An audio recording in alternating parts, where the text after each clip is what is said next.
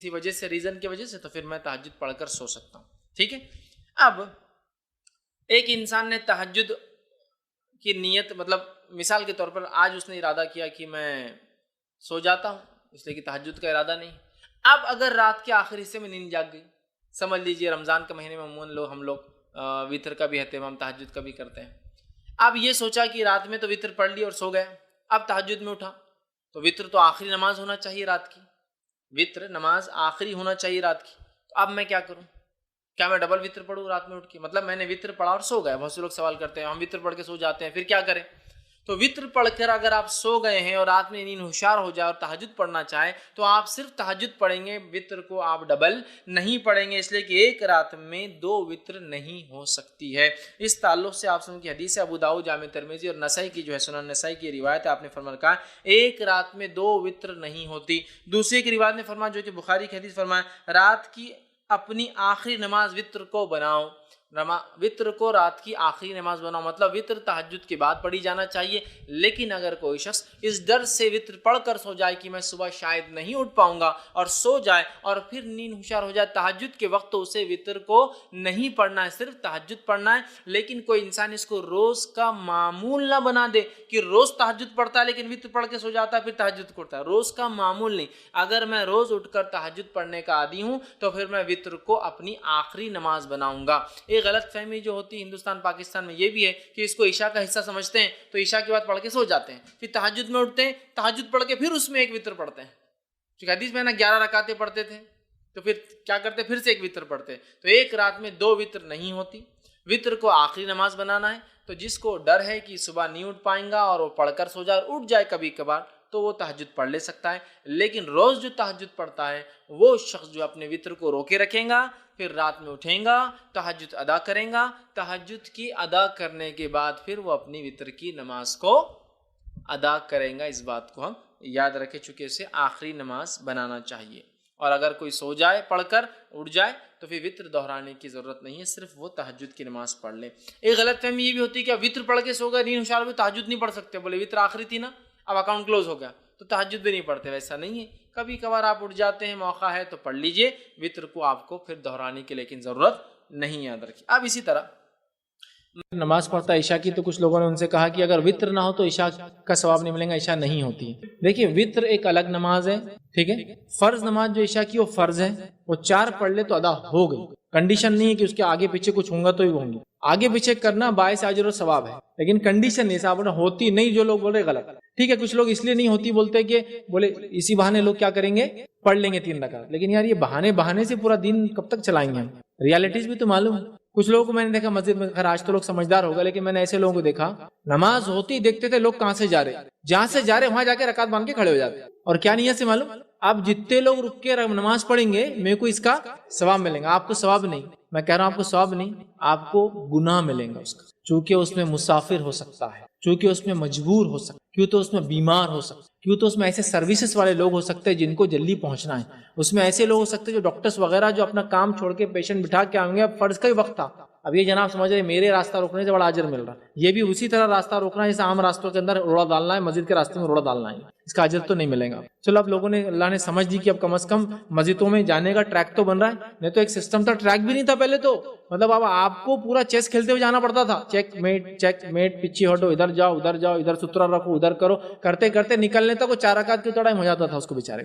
ٹھیک کرنا چاہیے مسجدوں میں سسٹم یہ ہونا چاہیے کہ دونوں طرف یا کم از کم ایک طرف ایسا کرنا چاہیے کہ پورا خالی ہو ٹریک, وہاں نماز کی جگہ ہی نہ ہونا چاہیے, مطلب کچھ بچھاوا ہی نہیں ہونا چاہیے, یا پھر کوئی ایسی چیز جس پہ لوگ پیدل پیر رکھتے ہو تاکہ لوگ نکل کے جائے. اور کم از کم ہر 3 کے صف کے بعد ایک سترے کی صف ہونا ہی چاہیے, تاکہ ہر 3 کے بعد سترے کی صف ہونے سے یہ 3 جتنا چاہے اندر جو کرنا ہے کر لے.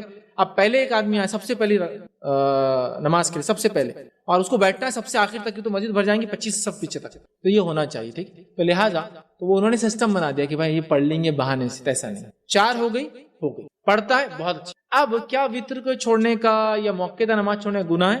تو تو اس معاملے میں جو علماء کے اقوال ہے اس میں سے ایک صحیح قول جو امام احمد بن حنبل رحمہ اللہ کا ہے وہ قول یہ کہ ہمیشہ ترک کرنے والا واجبات اور موقدہ کو گناہ گار ہوگا، ہمیشہ ترک کرنے والا، لیکن کبھی پڑھتا ہے کبھی چھوڑنے والا انشاءاللہ نہیں ہوگا چونکہ یہ فرض نہیں ہے۔ دوسرا جامع ترمذی کی روایت کے اندر اس کے فوائد بھی ملتے ہیں کہ جو شخص فرض نماز پڑھتا ہے اللہ رب العزت روز قیامت نماز کا حساب سب سے پہلے کریں گا، نماز کا حساب ہونے کے بعد اللہ نہ کرے اس کی فرض کم ہو جائے تو اللہ کہیں گا فرشتوں جاؤ دیکھو کوئی اس کی نفل ہے کیا، اور یاد ہے کہ فرض کے علاوہ تمام نمازیں نفل میں ہی آتی ہیں۔ نمازوں کی دو ہی قسمیں، صدقے کی دو ہی قسمیں، زکات مطلب وہی دو ہی قسمیں، صدقہ فرض، صدقہ نفل، فرض صدقہ زکات، نفل صدقہ، اس لیے زکات فرض ہے، زکات نفل لکھا ہوا تھا کبھی عربی کے اندر۔ نمازوں کی بھی دو ہی قسمیں، فرض نماز اور نفل نماز، حج کی بھی دو ہی قسمیں، فرض حج اور نفل حج، سب کی دو ہی قسمیں، فرض روزہ اور نفل روزہ، ٹھیک ہے۔ جو نفل روزہ اللہ کے رسول ہمیشہ رکھتے اور نفل موقدہ کہلاتا، جو نفل کبھی رکھتے کبھی رکھتے اس کو سنت کہتے ہیں، لیکن نفل کی ہے یہ، تو لہٰذا نفل لاؤ، اگر نفل ہوں گی تو بھر لی جائیں گی، ظاہر سی بات اس میں وتر بھی ہوں گی، دوسری نمازیں بھی ہوں گی، تو پڑھنا چاہیے زیادہ سے زیادہ، ہمیشہ چھوڑنے والا گناہ گار ہوگا، کبھی کبھار تو پڑھنے کی کوشش کرنا چاہیے، لیکن کیا چھوڑ دینے سے نماز نہیں ہوگی؟ نہیں، نماز انشاءاللہ ہو جائیں گی، ایک الگ ہی مسئلہ۔ بھائی نے سوال کیا جیسے کہ بس ٹرین میں ٹریول کرے، نماز کے وقت ہو جائے تو نماز کہاں پڑھنا؟ تو پہلے دیکھیے بس اور ٹرین میں یا کہیں بھی آپ ٹریول کرنے جائیں تو میری چند باتوں کو یاد رکھیں۔ پہلے آپ گھر سے نکلیں گے تو وضو کریں گے، اور وضو کرنے کے بعد آپ ساکس پہن لیں گے، جس کے بعد آپ کو پیر دھونا نہیں ہے، کب تک؟ سفر کے اندر 3 دن تک، اور شہر میں تو 1 دن تک۔ ایک آپ کا فائدہ ہو گیا کہ آپ کو اپنا پیر دھونا ہے، نہ اس کے لیے کچھ محنت کرنا ہے، ساکس اتارو، شوز اتارو، پیر کو اٹھاؤ، اندر ڈالو، واش بیسن میں کرنا ہے، صرف اس کا مسح کرنا ہے۔ مسح کیسا ہے کہ سیدھے ہاتھ کے لیے سیدھے ہاتھ میں تھوڑا زیادہ بھگا کے لیا، اور جوتا اتار کے پھر ساکس کو اوپر سے ہاتھ پھیر دیا، اور الٹے ہاتھ سے الٹے ہاتھ کر لیا اور ہاتھ پھیر دیا، یہ انشاءاللہ آپ کے لیے کافی ہو جائے گا۔ تو یہ مسح ہو، تو ایک فائدہ ہو گیا آپ۔ سیکنڈ، اگر آپ نکل رہے ہیں اور کسی نماز کا ٹائم ہو جائے، جیسے مثال کے طور پہ اب میں یہاں سے ایئرپورٹ جا رہا ہوں یا ریلوے اسٹیشن جا رہا ہوں، اور یہاں سے میں ایک لمبے سفر پہ 800 1000 کلومیٹر 200 400 500 کلومیٹر ٹریول کر رہا ہوں، یا بس اسٹیشن جا رہا ہوں، بس اسٹینڈ جا رہا ہوں، اب یہاں سے میں نکل رہا ہوں اور ظہر کا ٹائم آلریڈی ہو چکا ہے، تو کوشش کروں میں ظہر پڑھ لوں اور ظہر کے ساتھ ساتھ میں عصر کو ملا لوں، تاکہ میرا یہ مسئلہ تو یہاں حل ہو جاتا، اور ظہر کے ساتھ جو میں عصر پڑھوں گا اس کو قصر نہیں کروں گا، کیونکہ میں شہر کے اندر ہی ہوں اپنے، تو میں دونوں کو جمع کروں گا لیکن قصر نہیں، 4 رکعت ظہر اور 4 رکعت عصر پڑھوں گا، تو یہ مسئلہ تو ختم ہو گیا آپ کا۔ ابھی نکل رہا ہے ایسا نہیں، آپ جب نکلے تو فجر کے بعد نکلے آپ، تو اب ظاہر سے ظہر بھی نہیں ہے، تو آپ وضو کر کے چلے گئے وہاں۔ اب جب آپ وہاں پہنچ گئے تو اب آپ کیا کریں؟ اگر آپ کو لگتا ہے سہولت ہے تو ظہر کے ٹائم میں آپ کیا کریں؟ ظہر اثر پڑھ لے آرام سے اول وقت میں، وضو میں آپ کو پیر نہیں دھونا ہے، آپ نے خالی وہ کیا، ایئرپورٹ بھی ہو سکتا ہے، بس اسٹینڈ پہ بھی، ریلوے کہیں بھی آسانی ہے، یہاں تک پانی وغیرہ آج کل ساری چیزیں الحمدللہ بہت اچھی ہے، ٹرانسپورٹ بہت اچھا ہے، راستے بڑے اچھے ہو گئے اور سہولتیں بھی کافی ساری چیزیں۔ اب تو ٹرینوں میں پہلے مگے بھی نہیں ملتے تھے، اب تو ٹرینوں میں صابن بھی مل رہی ہے آپ کو، سوپ بھی ہے، معلوم آپ کو، آپ پانی وغیرہ پہ لکوڈ سوپ وغیرہ تک ہے، مطلب ابھی اسٹینڈرڈ بڑھ رہا ہے چیزوں کا، تو آپ آرام سے کر سکتے۔ آپ کو لگے نہیں بہت مشکل ہے، ایک ہی بار وضو کا موقع ملے گا، زیادہ ٹائم نہیں ہے، تو پھر کیا کریں آپ؟ معلوم آپ کو تاخیر کریں نماز کے اندر، اور عصر کے آخر وقت سے اتنا پہلے آپ وضو کر کے نماز کا ٹائم نکالے کہ 2 رکعت کر کے دونوں آپ پڑھ سکتے ہیں۔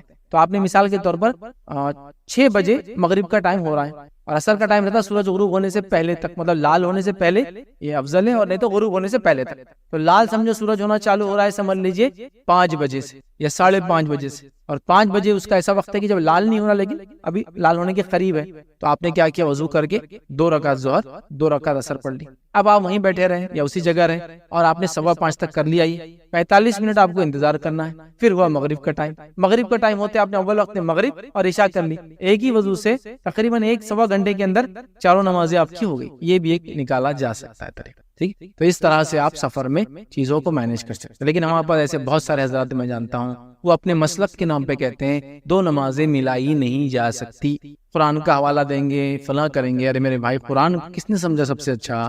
نبی اکرم صلی اللہ علیہ وسلم، ان کی زندگی دیکھنا پڑیں گے نا، کہ قرآن نے اگر کہا کہ نماز کا ہم نے ایک مقرر وقت رکھا ہے تو اس کا کیا معنی ہے، کس سینس میں ہے، کچھ سمجھنے کو ہم لوگ تیار نہیں، بس وہ ایک بالکل زبردستی ہے۔ اور پھر چکر میں کیا کرتے معلوم آپ کو؟ ٹرینوں کو بیچ میں بند کر کے کھڑے نمازیں پڑھ رہے ہیں، خاموخواہ ٹرینوں سے اتر کے نماز پڑھتے، ٹرین چھوٹی تو پھر نمازیں توڑ کے بھاگ رہے ہیں، ویڈیوز تو ہر جگہ آپ کو موجود ہے، خاموخواہ کے فلائٹوں میں کھڑے ہو جا رہے ہیں نماز کے لیے۔ سمجھنے کی ضرورت ہے بھائی میرے، کب کیا کیسے کیوں کریں گے۔ اور آپ دیکھیے ٹریولنگ اتنی کامن ہو چکی ہے، اتنی زیادہ لوگ کر رہے ہیں، یہ سہولتیں نہیں دینے سے کیا ہو رہا ہے؟ آپ لوگوں کو مشکل میں ڈال دیں، اور کئی لوگ نماز سے اس لیے چھوڑ دیتے ہیں یا جان دو اپنے مسلک میں یہ نہیں، چل چھوڑ، اب ظہر کے ٹائم میں ظہر کا وضو کرنا ہے اتنے ریل میں جا کے جس میں رش ہے، پھر عصر کے ٹائم پہ عصر کا وضو کرنا، پھر مغرب کے ٹائم پہ مغرب کا کرنا، پھر قصر بھی نہیں کرتے معلوم، نہ جمع کرتے ہیں نہ قصر کرتے ہیں، خاموخواہ پورا بیڑا اٹھائے ہوئے کہ پوری سختی اپنے اوپر لاگو کریں گے ہم لوگ۔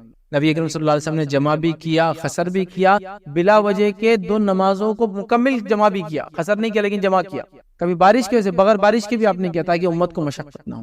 لیکن ہمارا معاملہ ہے کہ جب تک سختی نہ ہونا تو وہ لگتا ہے دین نہیں، ایسا اگر کوئی دین آسان ہے تو یہاں دین بہت مشکل ہے. کیسا مشکل ہے؟ کیلا کھانے کا طریقہ بتاؤ, تربوز کیسا کاٹیں گے بتاؤ, بہت مشکل ہے. میرا عقل بول رہی جو اتنی آسانی تربوز کٹ سکتا, پھٹ سکتا, یا ٹوٹ سکتا, یا پھوڑا جا سکتا, کر لو, کھا لو. کوئی طریقہ ہی نہیں اس کا. اس معاملے میں کوئی گائیڈنس نہیں.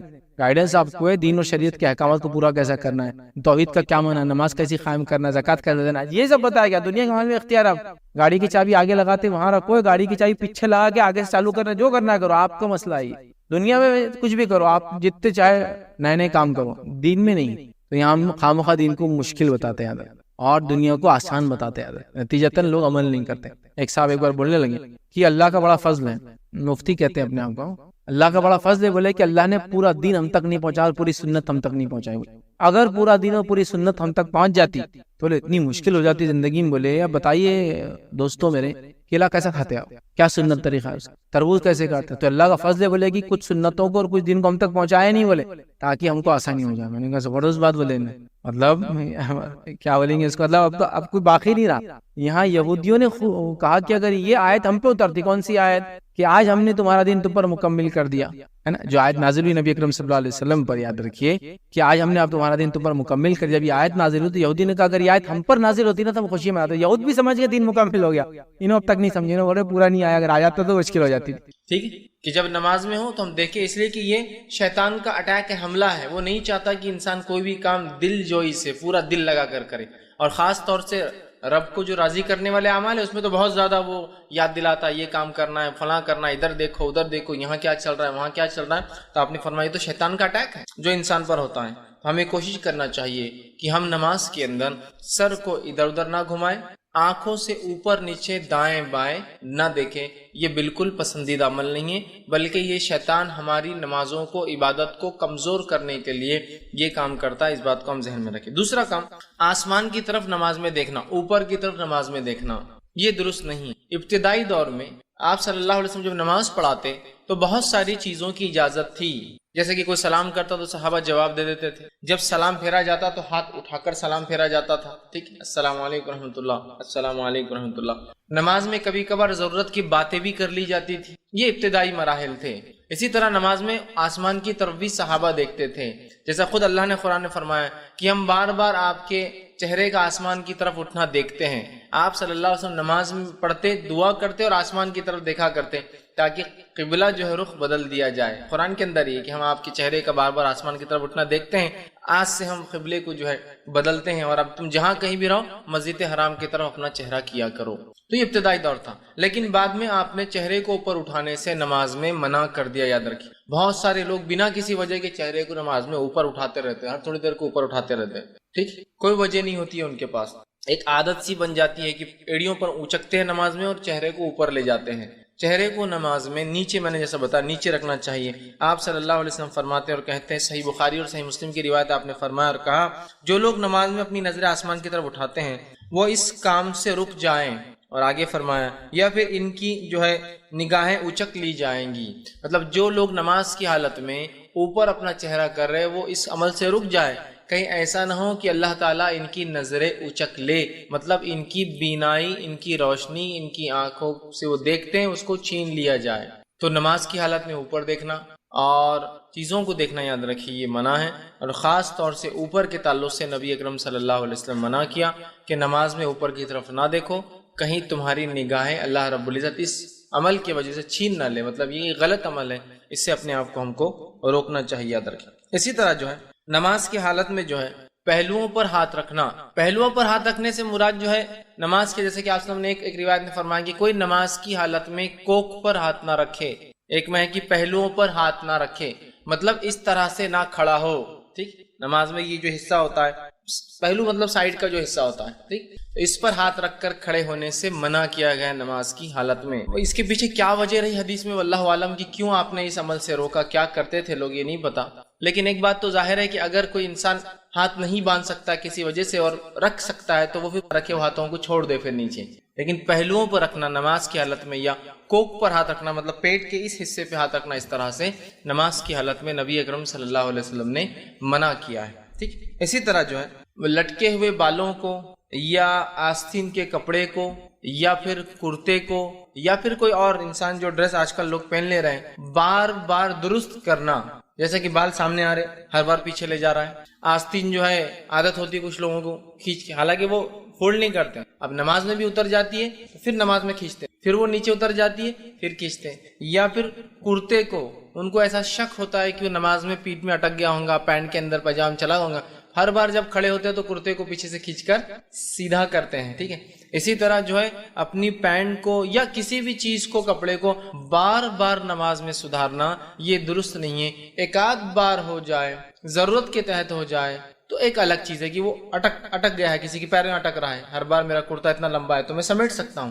لیکن کنٹینیوسلی صرف انکانشیسلی عمل کو لوگ کرتے رہتے ہیں، بالوں کو سدھارتے رہتے ہیں، یہ درست نہیں ہے. یا تو اپنے بالوں کو آپ اچھے سے جما لیں، اچھے سے دبا دے یا اچھے سے باندھ لے، لیکن نماز میں بالوں کو ہر بار سیدھا کرنا یہ درست نہیں ہے. یا پھر بالوں میں خواہ ہاتھ ڈالنا یہ درست اور پسندیدہ عمل نہیں ہے. یا اسی طرح کپڑوں کو سیدھا کرنا، خاص طور سے ان نوجوانوں کو میں کہوں گا جو چھوٹے چھوٹے کپڑے پہن لے رہے آج کل. اتنا چھوٹا شرٹ ہوتا ہے کہ وہ کیا ہوتا ہے کہ وہ شارٹ شرٹ بولتے ہیں، پہلے ہی اونچا ہو جاتا ہے. اب ہوتا ہے کہ جب نماز میں آدمی جھکتا ہے تو جھکتے وقت جو ہے پیچھے جو کمر کا حصہ اس کا کھل جاتا ہے. اور پینٹیں بھی ایسی پہنتے ہیں کہ جو بہت نیچے ہوتی ہے کمر پر. اب جب آدمی جھک جاتا ہے تو امکانات ہوتے ہیں، بلکہ ہو جاتا ہے کہ اس کی کمر دکھتی ہے، تو پھر کمر چھپانے کو رکوع میں جاتے وقت اس کو کھینچتے، رکوع سے اٹھتے وقت اس کو کھینچتے، رکوع میں جاتے وقت پھر اس کو سیدھا کرتے، سجدے سے اٹھتے وقت پھر اس کو کبھی کبھار تو 2 انگلیاں ڈال کے اندر کھوستے رہتے، ہر رکوع میں ہر سجدے میں انگلی ڈال کے کھوستے رہتے کیوں تو نکل جا رہا ہے اور کمر نظر آ جاتی ہے. اور یاد رکھیے کئی بار میں نے دیکھا ہوں کہ واضح طور سے عورت اور سطر چھپانے کا حصہ بھی ان کا کھل جاتا ہے رکوع.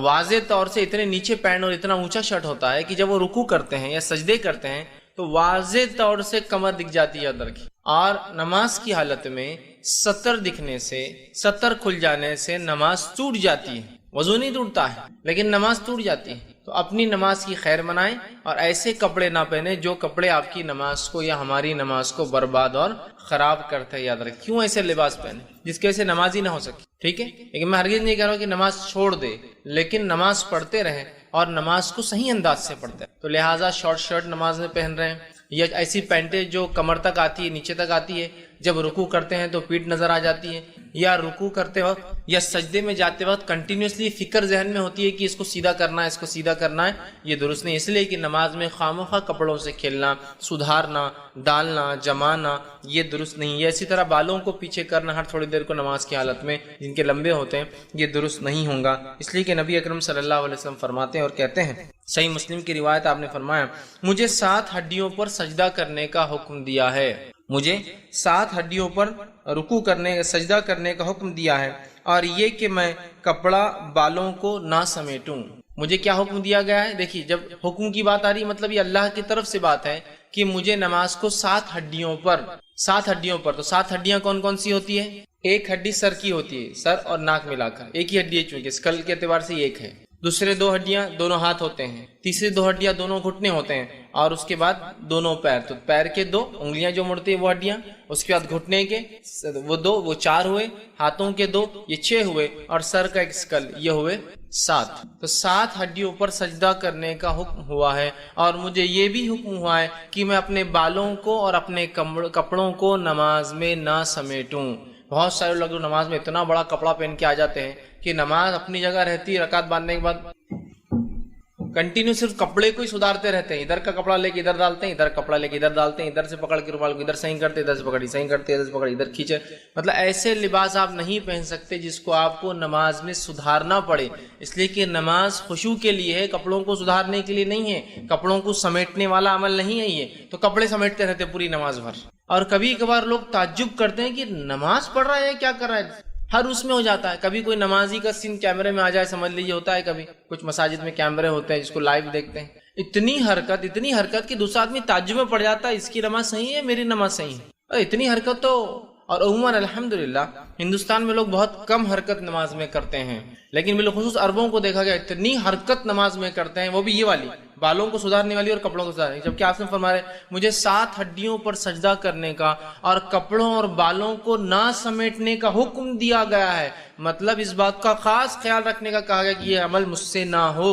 تو ایسا لباس مت پہنیے پھر جس کو آپ کو سمیٹتے رہنا پڑ رہا ہے. ٹھیک، اتنا لمبا پہن لیا کہ بازو والے کا اٹکتا ہے، تو آپ نماز میں سوچ رہے کہ پہلے کھینچ لو تاکہ وہ اٹک نہ جائے، یا اٹھتے وقت کوئی پیچھے کا نمازی اس کا سر رگڑا نہ جائے کہ تو اتنا لمبا ہے کہ سجدہ اس کا اس پہ ہو رہا ہے، یا پیچھے کا نمازی پریشان ہے تو جھکتے بھی ہے تو پھر سمیٹتے ہیں، جمع کرتے ہیں، مت پہنیے۔ پھر چست لباس کا اسلام حکم نہیں دیتا بہت ٹائٹ، لیکن اتنا بھی وہ مت کیجیے کہ اس کو سمیٹنے کے اندر آپ کا وقت ضائع ہو۔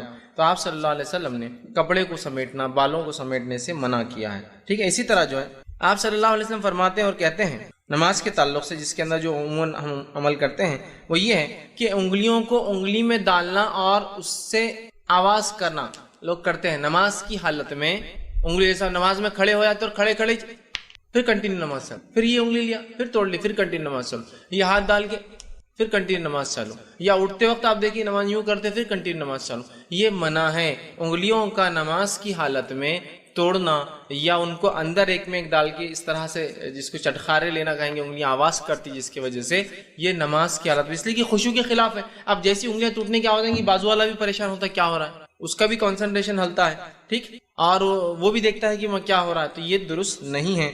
تو اپنے جو ہے ہاتھوں کو کھیلنا اس طرح سے درست نہیں ہے۔ نبی اکرم صلی اللہ علیہ وسلم فرماتے، ابن ماجہ کی روایت ہے، نماز میں اپنی انگلیوں کو نہ چٹخاؤ، مطلب نہ توڑو، ان کی آواز نہ کرو نماز کی حالت میں۔ تو نماز میں انگلیوں کو نہیں توڑنا چاہیے، اس بات کو بھی ہم یاد رکھیں۔ اسی طرح نماز کی حالت میں جو چیز ناپسندیدہ ہے وہ یہ ہے کہ سجدے کی جگہ پر ایک سے زیادہ مرتبہ اگر کنکریاں یا کچھ چبھنے والی چیزیں تو کنٹینیو اس کو صاف کرنا یا ہٹانا، یا اپنے سر کو صاف کرنا اور ہٹانا۔ نبی اکرم صلی اللہ علیہ وسلم اس سے منع کیا کہ بار بار کوئی یا تو سجدے کی جگہ کو صاف کرے یا تو اپنے سر کو صاف کرے۔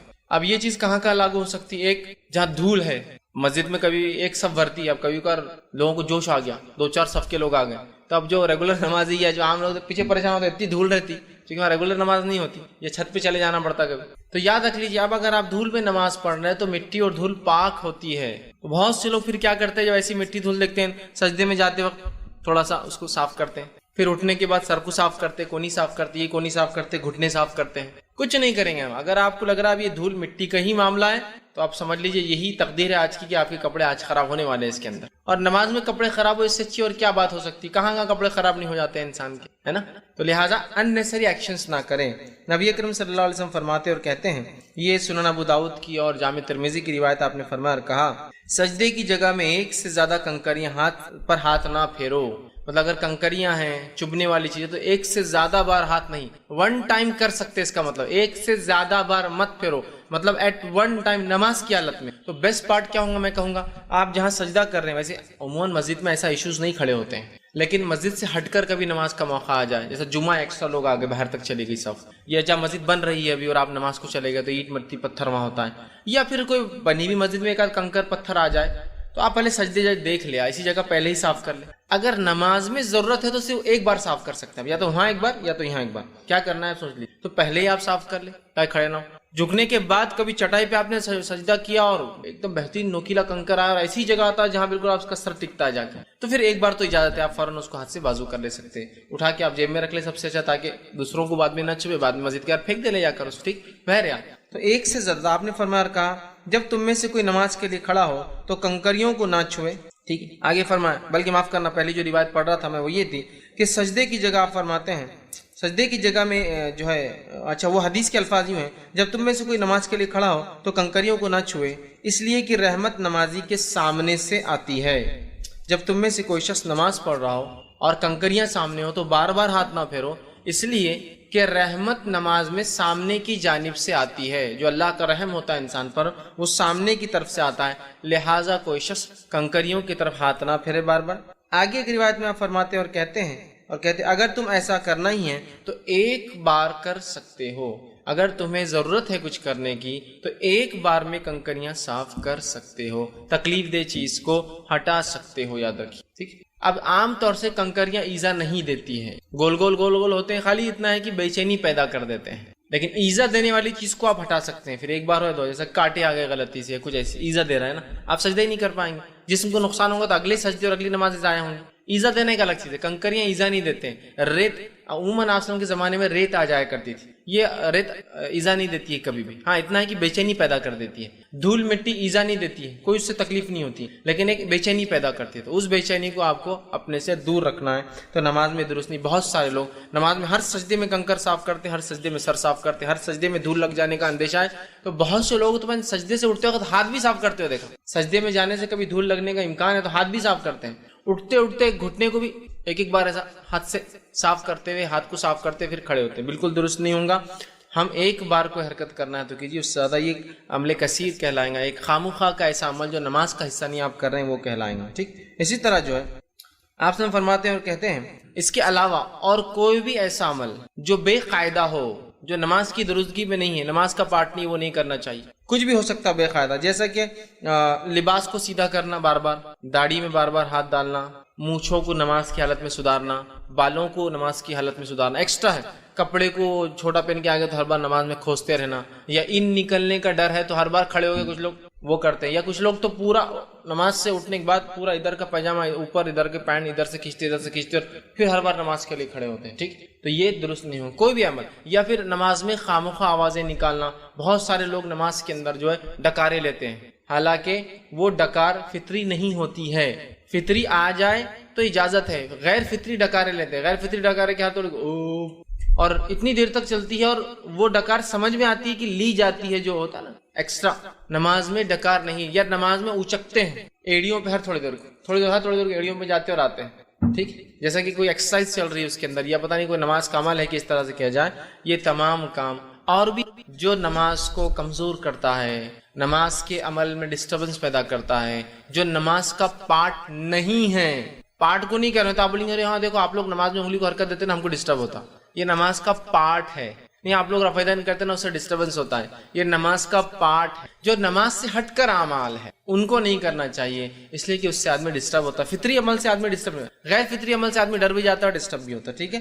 تو یہ کام نماز میں نہیں کرنا چاہیے. اب وہ کام جو نماز کی حالت میں کرنا منع ہے یا جس سے نماز خراب ہو سکتی, وہ بھی انشاءاللہ دیکھیں گے کچھ اور باقی چیز. اسی طرح نماز میں سکون اختیار کرنا چاہیے. تو ایسا کوئی بھی کام جیسے بال جما رہے, ڈکار لے رہے, یہ سب کیا ہوتا ہے سکون کے خلاف ہے. صحیح مسلم کی روایت ہے, آپ صلی اللہ علیہ وسلم فرماتے ہیں کہتے ہیں نماز میں سکون اختیار کرو. آپ فرماتے ہیں اسکنوا فی الصلاۃ, نماز میں اے لوگوں سکون اختیار کرو. تو ہمیں چاہیے کہ ہم نماز میں سکون اختیار کریں, خامخواہ نہ لیں. اسی طرح جس چیز سے نماز کے اندر پسندیدہ نہیں ہے, نہیں کرنا چاہیے, ان میں یہ چیز بھی ہے کہ رکوع یا سجدے میں قرآن کی قرأت کرنا, یہ درست نہیں ہے. یا قرآن کو پڑھنا درست نہیں ہے. بہت سے لوگ سوال کرتے ہیں کیا سجدے میں قرآن پڑھ سکتے ہیں یا رکوع میں قرآن پڑھ سکتے ہیں؟ تو آپ صلی اللہ علیہ وسلم منع کیا, اور آپ نے فرمایا, صحیح مسلم کی روایت ہے, مجھے رکوع اور سجدے میں تلاوت قرآن سے, قرآن کی قرأت سے منع کیا گیا ہے. تو رکوع اور سجدے میں نماز میں قرآن آپ نہیں پڑھ سکتے. اسی سے کچھ علماء لکھتے ہیں کہ نماز کی مطلب سجدے اور رکوع میں نماز میں قرآنی دعائیں بھی نہیں پڑھنا. دعا کر سکتے ہیں آپ, وہ دعائیں جو آپ سے ثابت ہے وہ کیجیے, یا پھر اپنی زبان مطلب عربی کے اندر جو دعائیں آپ کو یاد ہے آپ وہ کر سکتے ہیں. لیکن نماز میں جو ہے قرآنی دعائیں نہیں کر سکتے, مطلب رکوع اور سجدے میں. اس کے علاوہ آپ کیجیے, پھر قیام میں کر سکتے ہیں, منع نہیں ہے, بہت سارے آپ سے خود ثابت ہے, لیکن ان میں رکنا چاہیے. تو لوگ سوال کرتے ہیں, تو یہ بھی پسندیدہ نہیں. اسی طرح جب انسان کو رفع حاجت, پیشاب یا پیخانے کی ضرورت ہو, اس حالت میں نماز پڑھنا درست نہیں ہے بلکہ منع ہے. بہت سارے لوگ کیا کرتے ہیں, ارے اب وضو کرنا بہت جان پہ آ رہا, جو وضو ہے اس کو کنٹینیو کر لیتے ہیں, حالانکہ پیشاب بہت زور سے آ رہا ہے, لیکن اب وضو بھی ٹوٹ جائیں گا, پھر نماز. مجبوریاں الگ چیز ہے کہ ایک ہی رکعت باقی ہے اور اس کے بعد جماعت نہیں ہے, تو جماعت کا ثواب جا رہا ہے, ایک الگ چیز ہے. تو آدمی کبھی کنٹرول میں ہو, لیکن عمومی حالت میں یہ پسندیدہ عمل کبھی کبھار ہو جائے تو ٹھیک ہے, ہمیشہ پسندیدہ نہیں ہے. آپ صلی اللہ علیہ وسلم. اور اسی طرح جب انسان کو کھانے کی ضرورت ہو اور بھوک لگی ہو, تب بھی نماز پڑھنے سے منع کیا گیا ہے. ٹھیک, اس لیے کہ جب انسان پیشاب اور پیخانے کی ضرورت محسوس کرے گا تو کیا اللہ کی عبادت میں اس کا کوئی دھیان رہے گا, بتائیے آپ. اور اسی طرح اگر بھوکا ہو تو کیا انسان کنسنٹریٹ کر سکتا اپنی نماز میں؟ ٹھیک, نہیں کر سکتا. تو اسی لیے اللہ کے رسول نے فطری چیزوں کو, اسلام نے فطری چیزوں کو اول درجہ دیا, کہا کہ پہلے کر لو. اور آپ صلی اللہ علیہ وسلم فرماتے ہیں اور فرمایا اور کہا اور دیکھیے حدیث کا الفاظ اس طرح سے، یہ سنن ابو داؤد کی روایت ہے، کھانے کی موجودگی اور پیخانے یا پیشاب کی حاجت میں نماز جائز نہیں ہے۔ لا صلاۃ، آپ نے لفظ استعمال کیا، نماز نہیں ہے جب انسان کو کھانے کی ضرورت محسوس ہو اور پیشاب یا پیخانہ جانا ہو تو تب وہ نماز نہیں پڑھے گا۔ تو اب اگر لوگ سوال کرتے کیا کھانا ہے، بھوکے ہیں ہم، نماز پہلے پڑھ لیں؟ تو کھانا پہلے کھا لیجیے، ضرورت سے فارغ ہونا ہے تو پہلے ہو جائیے، پھر نماز کے لیے کھڑے ہو، یہ زیادہ بہتر ہے۔ اسی طرح جو ہے تشہد میں ایڑیوں پر بیٹھنے سے آپ نے منع کیا۔ ایڑی مطلب کیا ہے؟ پیر کو اس طرح سے موڑ دینا اور پیر کی جو اوپر کی ہڈی، ایڑی جس کو کہتے ہیں، پچھلا حصہ پیر کا، وہ اوپر آ جاتا ہے اور دونوں ایڑیوں پر کمر رکھتے ہیں، یہ عمل درست نہیں ہے۔ ایڑی پر بہت سے لوگ بیٹھتے ہیں، دونوں ایڑیوں کو مطلب دونوں پیروں کو موڑتے ہیں، ایڑی اوپر آ جاتی ہے اور اس پر کمر اپنی رکھتے ہیں، ایسا بیٹھنے سے منع کیا گیا ہے، یاد رکھیے۔ اس بات کا ہم خاص طور سے دھیان دیں۔ آپ صلی اللہ علیہ وسلم فرماتے ہیں، صحیح مسلم کی روایت میں فرمایا، رسول اکرم صلی اللہ علیہ وسلم فرماتے ہیں، شیطان کی طرح مت بیٹھو، مطلب ایڑیوں پر مت بیٹھو۔ آپ نے ایک شخص کو دیکھا وہ ایڑی پر بیٹھا تھا، آپ نے کہا شیطان کی طرح مت بیٹھو۔ میں عائشہ فرماتی ہے وہ ایڑی کی بل بیٹھا تھا، اس کا مطلب ایڑی پر مت بیٹھو، مت بیٹھو۔ اور سجدے کی حالت میں اپنے ہاتھ کو جانوروں کے جیسا، درندوں کے جیسا، یہ ایک روایت میں الفاظ ہے کتے کے جیسا نہ رکھو، مطلب سجدہ جب کرتے وقت پورا ہاتھ نیچے نہ رکھو بلکہ صرف ہتھیلی نیچے اور ہاتھ اوپر اٹھنا چاہیے۔ یہ حکم مرد کے لیے بھی ہے اور یہ حکم عورت کے لیے بھی ہے۔ بہت ساری عورتیں جب سجدہ کرتی ہے تو بالکل وہ درندوں کی طرح، جانور کی یا کتے کی طرح، کہ دو پورا ہاتھ اور پوری کونی زمین پر لگی ہوتی، نہیں، کونی زمین سے اٹھنا چاہیے نماز کی حالت میں۔ نبی اکرم صلی اللہ علیہ وسلم کو دیکھا گیا، آپ نماز میں سجدے کی حالت میں جب ہاتھ ٹیکتے تو کونیاں اتنی اٹھ جاتی کہ آپ صلی اللہ علیہ وسلم کا کپڑا اگر لباس چھوٹا ہوتا تو بغل کی سفیدی نظر آیا کرتی، بغل کی سفیدی پیچھے دیکھنے والے کو نظر آ جاتی، اس لیے کہ صحابہ کے بعد بہت کم کپڑا میسر ہوتا تھا اور بہت سی بار روایت میں آتا تھا ایک چادر لیتے تھے وہ لوگ، چادر کو بیچ میں سے سوراخ کر کے سر سے ڈال لیتے تھے اور بازو سے باندھ لیتے تھے، سمجھے آپ؟ تو جس کی وجہ سے یہ حصہ کھلا رہتا ہے، اس میں یہ حصہ پیک نہیں ہو پاتا ہے کبھی، اور جب آدمی نماز پڑھے گا سجدہ یوں کرے گا تو یہ کھل جائے گا تو اندر بغل دکھ جاتا ہے، سمجھ رہے آپ؟ تو آپ کے بغل کی سفیدی نظر آ جاتی، تو لہٰذا آپ نے ایڑیوں پر بیٹھنے سے قاعدے میں منع کیا ہے، ٹھیک ہے؟ ایڑیوں پر، ایک ایڑی پر بیٹھنا تو خود سنت سے ثابت ہے۔ نماز میں اگر دو قاعدے ہیں تو پہلے قاعدے میں آپ ایک پیر کو موڑ دیں گے، الٹے پیر کو موڑ کر اس پر کمر ٹیکیں گے اور ایڑی بازو سے ایسی کھڑی رہیں گی، یہ تو پہلا ہوا۔ دوسرے قاعدے میں کیا کرنا ہے آپ کو؟ اگر نماز میں دو قاعدے ہیں تو آپ الٹے پیر کی مانڈی پر بیٹھیں گے اور الٹے پیر کو سیدھے پیر کے نیچے سے باہر نکالیں گے، تورک کہتے ہیں اس کو عربی میں، کہ الٹا پیر ایسا رکھا ہوا ہے آپ کا، معاف کرنا، سیدھا پیر اور الٹا پیر کہ مانڈی پر آپ بیٹھے ہیں لیپ پر، اور وہ پیر ٹیڑھا ہو کر ایسا باہر، جیسا عورتیں ہمارے پاس کرتی ہیں عام طور سے، مرد نہیں پڑتے ویسے، تورک کرتی ہے عورتیں، دیکھیے ان کے قاعدوں میں وہ سنت ہے آپ کی، تو بہرحال وہ کرنا چاہیے۔ تو ایڑی پر بیٹھنا نماز میں درست نہیں ہے، پہلے اس میں بھی ایڑی باہر رہیں گی اور دوسرے اس میں پیر اس کے نیچے سے نکالا جائیں گا، یاد رکھیں، ٹھیک ہے؟ تو بہرحال ایڑی پر بیٹھنے سے آپ نے منع کیا ہے نماز کی حالت میں، تو بہت سے لوگ ایڑی بیٹھتے ہیں، وہ احتیاط کریں، اور درندوں کے جیسے اپنے سجدے میں ہاتھ رکھنے سے بھی آپ نے منع کیا تھا، جانوروں کے جیسا ہاتھوں کو پورا رکھنا منع ہے، اور یہ دونوں کے لیے منع ہے، حدیث میں کہیں نہیں ہے کہ یہ عورتوں کے لیے درست ہے، مردوں کے لیے منع ہے۔ آپ نے کہا حدیث کے الفاظ اس طرح سے، صحیح مسلم کی روایت، شیطان کی طرح نہ بیٹھو، منع فرمایا، اور کہا کہ اس سے بھی روکا کرتے کہ انسان سجدے میں درندوں کے جیسا بیٹھے، اور تقریباً درندے یا جانور جس کو لیں گے، جو جیسا کہ بھیڑیا ہے، کتا ہے، شیر ہے، یہ درندے جو کھاتے ہیں دوسروں کو، یہ سب ایسا بیٹھتے ہیں، ہاتھ نیچے رکھتے ہیں، تو کہا درندوں کے ایسا نہیں، ہاتھ اٹھانا چاہیے، ٹھیک ہے؟ اس بات کا ہے۔ اب وہ کام جو نماز کو باطل کر دیتے ہیں، خراب کر دیتے ہیں، بیکار کر دیتے ہیں، کمزور کر دیتے ہیں، مقصد کو ختم کر دیتے ہیں اس کی، وہ کام بھی، یہ تو ناپسندیدہ کام تھے، نہیں کرنا چاہیے نماز میں یہ سب۔ اب وہ کام جو اس طرح کرتے ہیں، جن کے بارے میں کثرت سے لوگ سوال کرتے ہیں، غلط فہمیاں ہوتی ہیں اور لوگ دھڑلے سے اس پہ عمل کر رہے ہیں، وہ کام آپ کے سامنے رکھتا ہوں۔ نماز کا کوئی رکن چھوٹ جائے، ٹھیک ہے، بشرط یہ کہ فوراً یاد آ جائے یا نماز میں یاد آ جائے، ٹھیک، اس سے نماز باطل۔ نماز کا کوئی رکن نماز کی حالت میں آپ بھول جائے، نماز میں یاد آ گیا ایک رکعت شاید بھول گئے، شک ہو رہا کہ فلاں کیا، تو آپ نے سجدے سہو کر لیا، یا پھر واقع میں چھوٹا حقیقت میں اور آپ نے سجدے سہو کر لیا، یا پھر چھوٹ گیا، جیسا کہ آپ نے 3 رکعت پڑھ کے سلام پھیر دیا، کوئی پیچھے سے آیا کہ بھائی صاحب وہ 3 رکعت ہی ہوئی، تو آپ پھر گئے اور رکعت باندھ کے پھر کھڑے ہو گئے، ٹھیک ہے، سمجھے آپ؟ تو یہ تو ٹھیک، یہ ٹھیک ہے، اس لیے کہ یہاں سجدے سے ہو جائیں گا. لیکن اس سے ہٹ کر کوئی اگر آپ نے سمجھ لیجیے مثال کے طور پر وہ بھول ہی گئے، سجدے سہو بھی نہیں، اور کسی نے کہا کہ آپ نے تو 3 رکعت پڑھی اور بہت دیر ہو گئی، سمجھ لیجیے آپ چلے گئے، بات چیت چل رہی ہے، زیادہ دیر ہونے کے بعد آپ کو تو نماز باطل ہے، آپ کو نماز کو پھر سے دہرانا پڑے گا، وہ نماز نہیں ہوئی آپ کی. ٹھیک، تو نماز میں کوئی ایسا رکن جو چھوٹ جائے یا بہت لمبا عرصہ گزر جائے پڑھ کے تو نماز اس سے باطل ہو جاتی ہے، آپ کو نماز دہرانا ہے. ہاں نماز میں یاد آ جائے یا شک ہو تو سجدے سے ہو اس کو انشاءاللہ کفایت کر جاتا ہے، لیکن بعد میں وہ کرنا پڑے گا. اس لیے کہ آپ صلی اللہ علیہ وسلم نے ایک شخص کو دیکھا جو بغیر اطمینان کے نماز پڑھ رہا تھا، اس کی نماز میں کوئی کمی نہیں تھی، نہ وہ 4 کے بدلے 3 یا 2 کے بدلے 1 بھی نہیں پڑھ رہا تھا، یا رکوع سجدے چھوڑ بھی نہیں رہا تھا، صرف بے اطمینانی کی وجہ سے آپ نے کیا فرمایا معلوم؟ اس حدیث کے الفاظ صحیح مسلم کی روایت ہے، آپ نے فرمایا ارجع فصلی فانک لم تصلی، جا واپس نماز پڑھ، تو نے نماز نہیں پڑھی.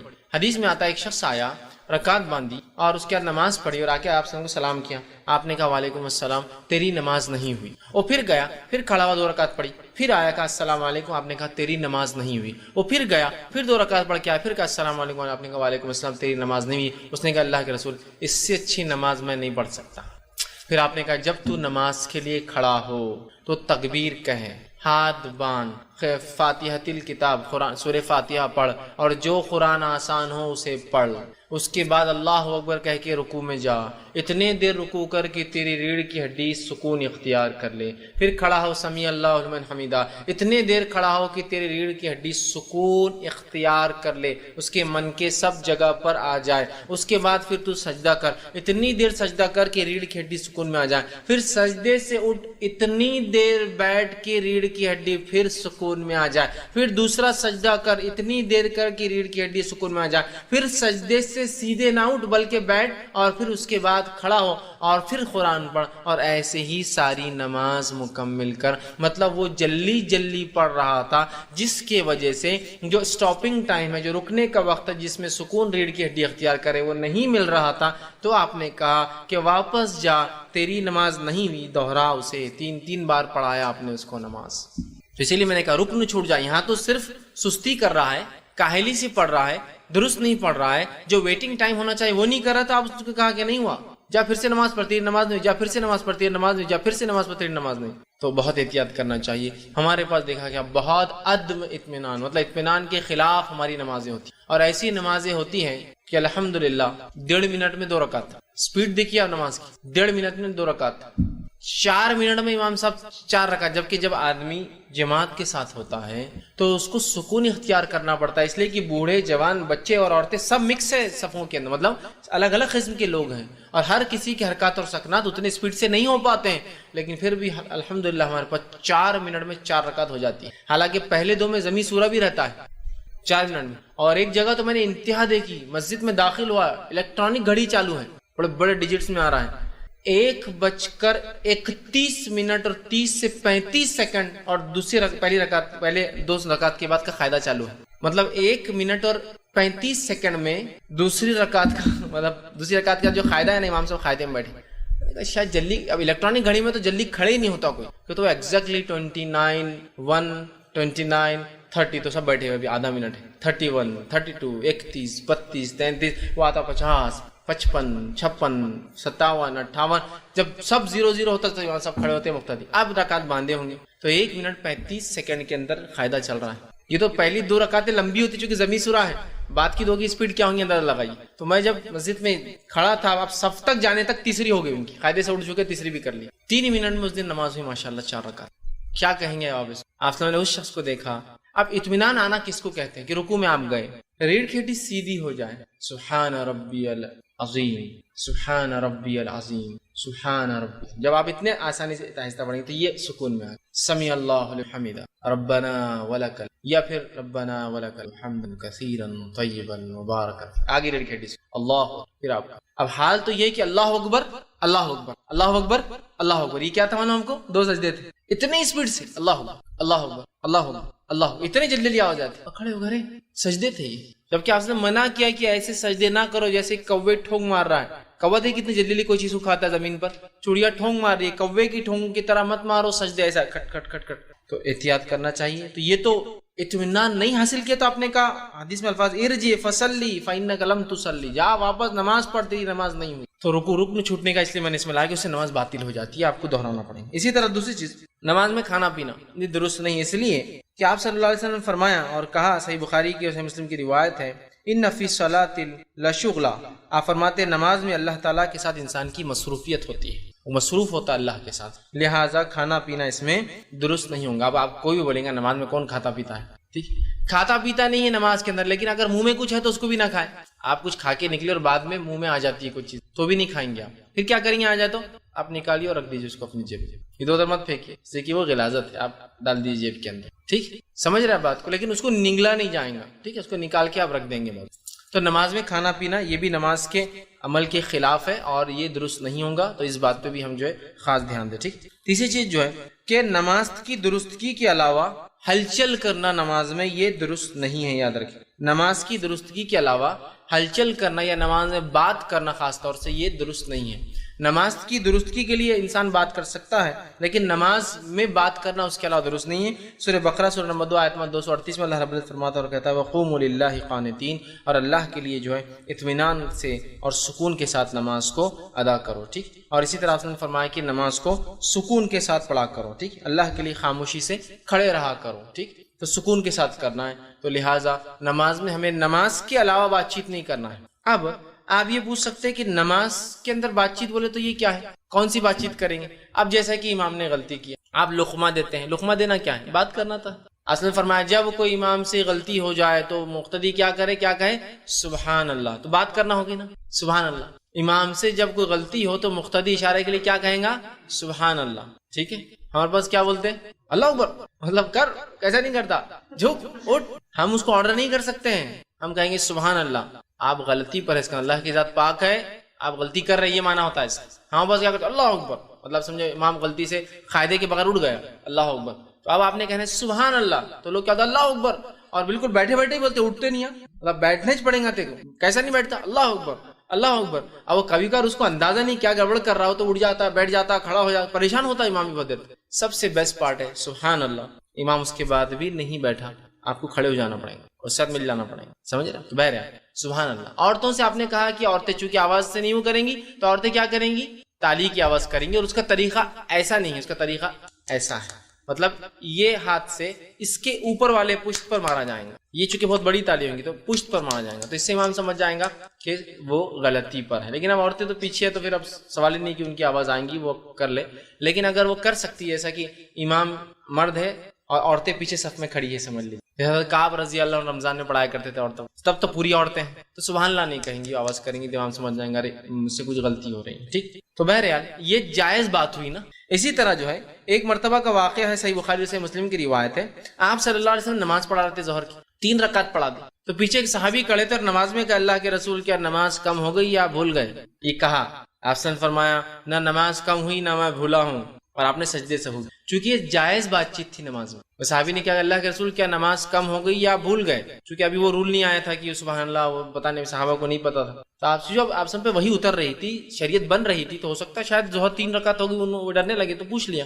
آپ نے کہا نہ میں بھولا، نہ ظہر کم ہوئی بلکہ میں بھول گیا ہوں، اور اس کے بعد آپ نے جو سجدے سہو کرایا. ٹھیک، تو آپ نے 3 رکعت پڑھا دی تھی. تو یہاں صحابی نے بات کی، لیکن آپ نے بعد میں یہ نہیں کہا تم نے نماز میں بات کیسا کی، کیسا بولے، میرے کو خاموش ہے. تو پتہ چلا نماز میں جائز بات چیت جو ضرورت کی ہوتی ہے، ویسے جو نماز کی درستگی کا پارٹ ہے سبحان اللہ کہنا، لقمہ دینا بھی بات کرنے میں آئیں گے. جیسا کہ امام پڑھ رہا ہے اور اس سے مسٹیک ہو جائے، سورہ کافرون پڑھ رہا ہے اور وہ غلط ملت ہو گئی، اس کی قرأت کیا پہلے تھا کیا بعد میں تھی، آیت ریپیٹ ہو گئی، تو پھر آپ اس کو لقمہ دے سکتے ہیں، لقمہ دے سکتے ہیں. ٹھیک، لقمہ دینے کے لیے سب سے پہلا حق تو اس کے پیچھے کھڑے ہوئے انسان کا ہوگا، جو جس نے اقامت دی ہوں گی، اور اس کے بعد جو بھی پھر جانکار ہو، اگر اسے جانکاری نہیں تو اس نے دینا چاہیے. ٹھیک، اور کچھ لوگ بھی دے دے تو کافی، اس لیے کہ جیسے عموماً اگر معروف سورے ہے، چھوٹے چھوٹے آخری سورے ہیں، سب کو یاد ہوتے ہیں. لیکن ایسا ہوتا ہمارے مسجد میں اتنے لوگ چلا دیتے ہیں کہ وہ امام بھی بھول جاتا اب جو آگے کا تھا، سب ایک ساتھ لقمے دیتے ہیں، کھڑا ادھر لقمے آ جاتے کہ پریشان. تو جو سب سے پہلے نزدیک ہے وہ حقدار ہے اس لقمے کے، اور اس کے بعد والے ظاہر سی بات ہے ان کی آواز وہاں تک پہنچے گی بھی نہیں نا، تو پہلے وہ حقدار ہے. تو ہم انتظار کریں کہ وہ لوگ لقمہ دے یا اس کے تعلق سے کچھ کریں،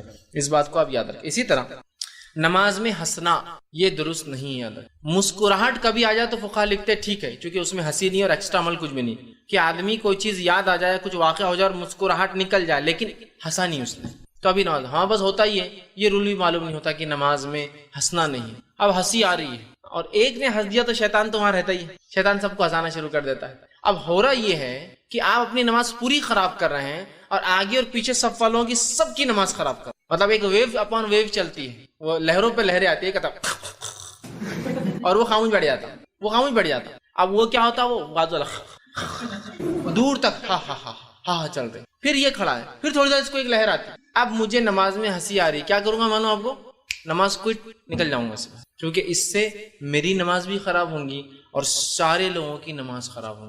میں ایک مرتبہ کا ایک واقعہ سناتا ہوں. ایک دن میں نے سب سے لمبی ظہر اور سب سے چھوٹی مغرب پڑھی, ایک ہی دن کا واقعہ ہے. ایک بار امام صاحب نہیں تھے مسجد میں, اب کیا ہونا ہے مسجد کا حال, ایک تو کیا کرتے ہیں امامت کے لیے زبردستی, چلو آگے چلو آگے چلو, وہ ایک آدمی کوئی تو پھنس جاتا ہوں. اس کا مسئلہ نماز پڑھانے کا نہیں ہوتا, اس کو ڈر رہتا بعد میں دعا کیسے کرو گا, دعا یاد نہیں رہتی نماز کے بعد. آگے کیوں نہیں جاتے نماز میں بہت سارے لوگ, ان کو نماز پڑھانا آتی ہے, دعا کون کرائے گا, وہ یاد نہیں رہتی ہے, تو پریشان رہتے. اب چلو بڑھا دی, ایک صاحب کو ظہر کے لیے بڑھا دی. جب ظہر بڑھائی ماشاءاللہ انہوں نے سب سے لمبی ظہر 16 منٹ کی ظہر چل رہی ہے. اب وہ اس لیے پڑھا رہے کہ ان کو لگ رہا میں بہت جلدی پڑھتا تھا, آج آرام سے پڑھوں گا. مطلب ان سے میں نے بعد میں پوچھا آپ نے اتنی لمبی نماز پڑھی, ماشاءاللہ آپ خود بھی اتنی لمبی نماز کبھی پڑھتے نہیں. تو بولے میں ایسا پڑھا تھا, بولے الحمدللہ ایسا پڑھ رہا تھا. ایسا کرتے بہت ٹائم لگ رہا تھا نا, تو ہو گئے 16 منٹ کی ظہر. ٹھیک, اب جب وہ کھڑے ہوئے اور جب سجدے کرا, سجدے بھی اتنے لمبے کرا, سجدے میں لوگ ہنس رہے, لمبی نماز ہوگی تو بھی ہنسی آ رہی لوگوں کو. سجدے کے علاوہ کوئی مسجد میں آواز نہیں, پھر سب ایک دم خاموش. پھر سجدے میں جا رہے, جب سجدے سے کھڑے ہوئے سب نارمل, ایک آدمی نظر نہیں آ رہا ہے کون ہنسنے والا تھا, کوئی نہیں دکھ رہا. وہ بچوں نے شروع کی ہنسی. بچوں نے کیا کیا معلوم, پیچھے ایک بچہ تھا, جب امام صاحب سجدے میں گئے تو وہ اٹھا, ارے اٹھو نا, بہت دیر سے وہ سجدہ کر رہے, 16 منٹ کی نماز پڑھا رہے ظہر, بولے سجدے کتنے لمبے تھے انہیں. اس نے بول کے خاموش ہو گیا, اٹھو نا بول کے, اور شروع ہوئی پھر ہنسی. تو کوئی بھی رکعت میں کوئی نہیں ہنس رہا, ایسی رکعت چل رہی کہ ایک آدمی ہنس رہا.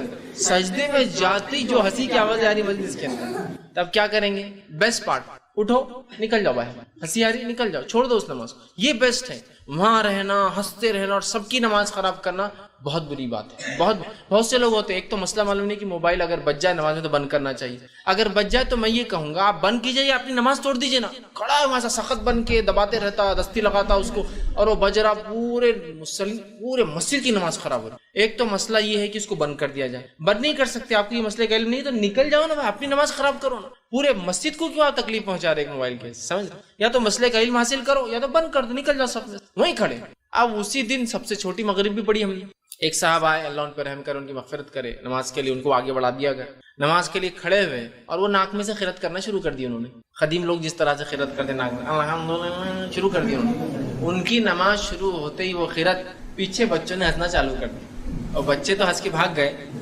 اس کے بعد بس ایک لہر چل رہی, ہر تھوڑی دیر کو ایک ہنس رہا اور وہاں تک ہنسی جا رہی, پھر وہ ہنس رہا وہاں تک. مسجد میں سیریل 4-5 صف بھر کے کم سے کم 70-80 لوگ ہنس رہے, ایک بھی توڑ رہا نہیں, ایک بھی نہیں توڑ رہا. تو میں 2 رکعت تک کچھ کر سکا, اور دوسری رکعت میں بھی نکل کے بھاگ گیا. پھر پرانی بات, بھاگ گیا نکل, یہ اتنا ہنس رہا. اور جب میں بھاگ کر گیا تو مسجد کے کونے میں دروازہ بند کر کے لوگ لوٹ رہے تھے ادھر.